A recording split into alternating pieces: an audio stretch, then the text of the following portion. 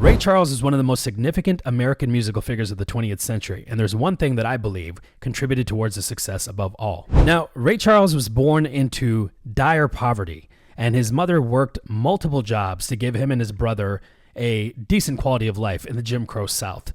Now, one of the things to keep in mind is that Ray had a very series of unfortunate events that took place early in his life. Number one, like I said, he was born into poverty, but he also witnessed his brother die at a very young age. And right after that, he went blind as a young man. From there, his mother being his rock and being the thing that always kept him on course, she sent him to the school for the blind. And unfortunately, while he was at school, his mother passed away. So you can see that he had quite a bit of trauma very young, and he had to adapt to the world as it was.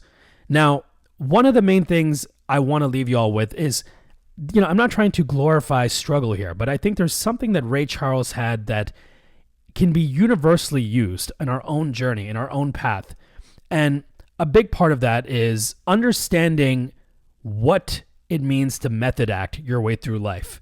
And I want to be very clear about this. I'm not talking about fake it till you make it, but I'm talking about owning the present and being the best version of who you are in that moment, and what life calls for at that time to be able to get through it, and not just approximate your way through it, be able to actually go through the experiences.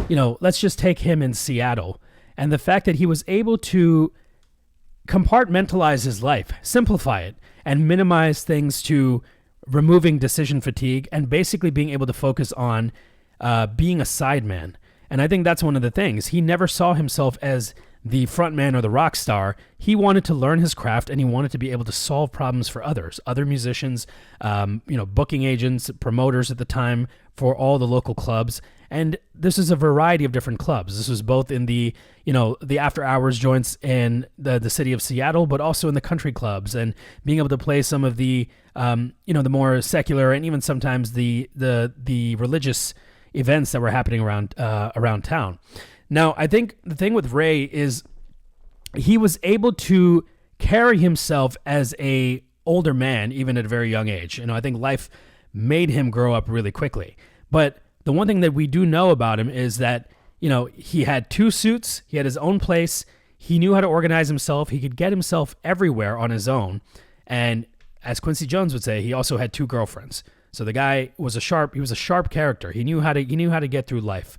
But I think the fact that he allowed himself to be a student at each stage of his life, and he was able to basically grasp and absorb everything he needed on that journey, it's why you see him become the final version that we see at the end of his career, or, at once he becomes popular and becomes recognized by the world. Now, when we look at Ray as a figure for learning how to play that character we're supposed to in the moment, one of the main things that he did really well is when he not only absorbed all the creative aspects of his life, he also absorbed what it took to stand on his own 2 feet. And a big part of that was recognizing the business he was in. It was a very shady business. I think even the foundational aspects of the music industry were a lot more shady than they are now. Ray navigated that, and he picked up on the different characters, what everybody expected, what everyone's role was, and how you could get exploited if you weren't careful. And he went through his share of pains when it came to this. He got kicked around a little bit in the beginning stages, but he figured his way out, and he knew when to step away. Ray had this at a time where it was very, very unpopular to walk away from stability if you were an African-American man. I mean, you didn't have too many choices, and he already had headway. He would walk away from gigs. He would walk away from opportunities. But he also knew how to carry that in stride by being able to be someone that solved problems.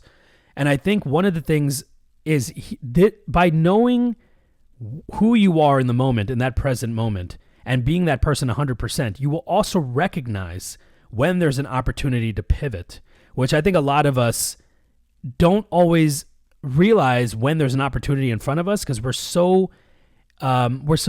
embedding ourselves in that final stage of what we think we're supposed to be, that sometimes building blocks and stepping stones that come our way, we don't take them, or we don't recognize them because we're like, no, this is the only version of myself that I will allow myself to be.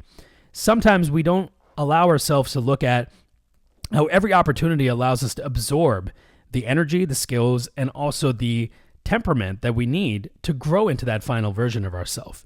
So if I kind of condense it down to what Ray learned in each city, Seattle taught him how to be a sideman and be able to actually, carry himself in a professional music setting.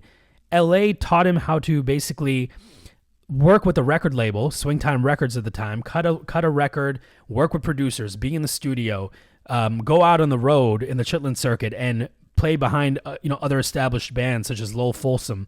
And from there, he was able to know what the building blocks were for when he had to go solve a bigger problem and a bigger problem.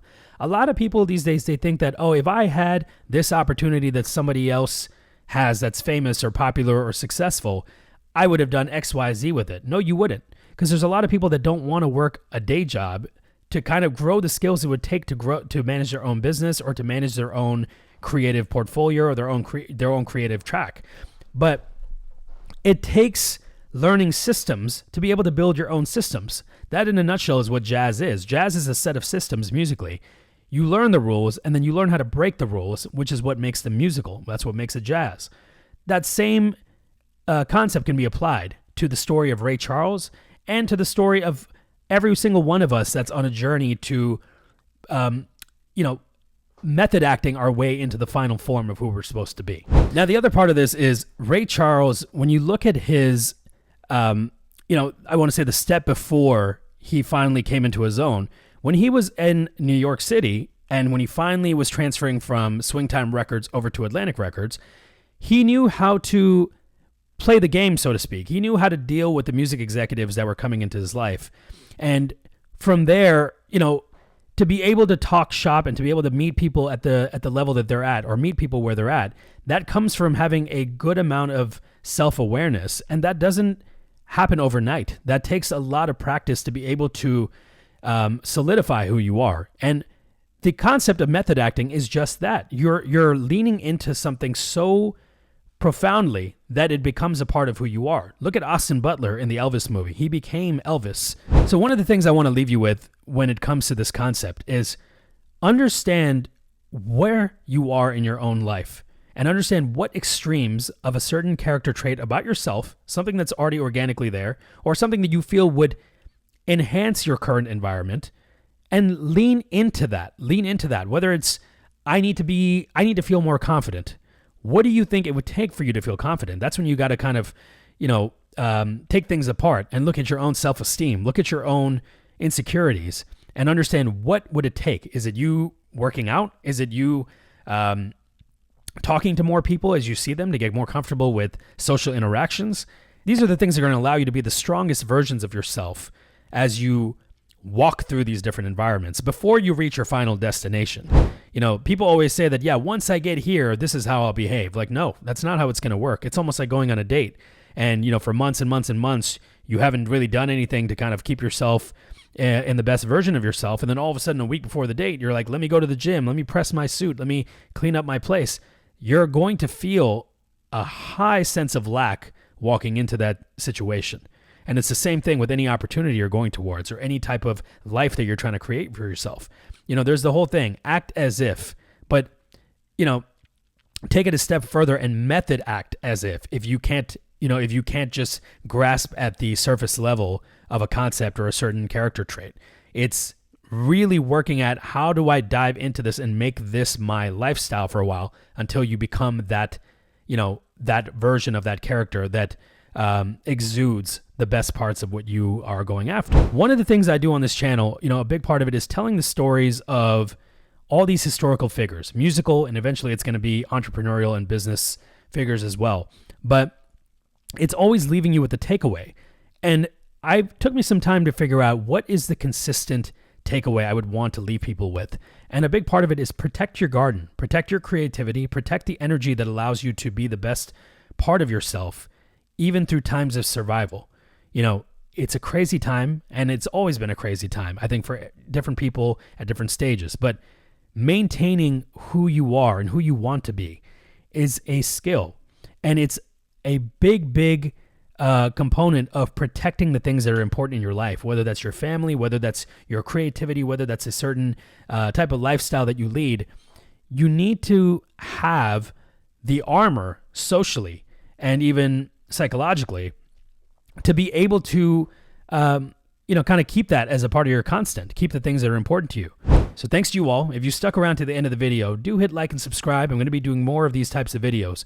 And if you found some value, do leave a comment below and let me know, what you're working towards. Is it something in the creative realm? Are you a business owner? Are you a entrepreneur? Or are you just someone with a family, just someone with a personal goal that you're working towards? And I'd love to hear where everyone's at. And we can kind of figure out what this journey looks like in protecting your own garden and the gems that are important to us all. So once again, thank you for sticking around, and I'll see you all in the next video.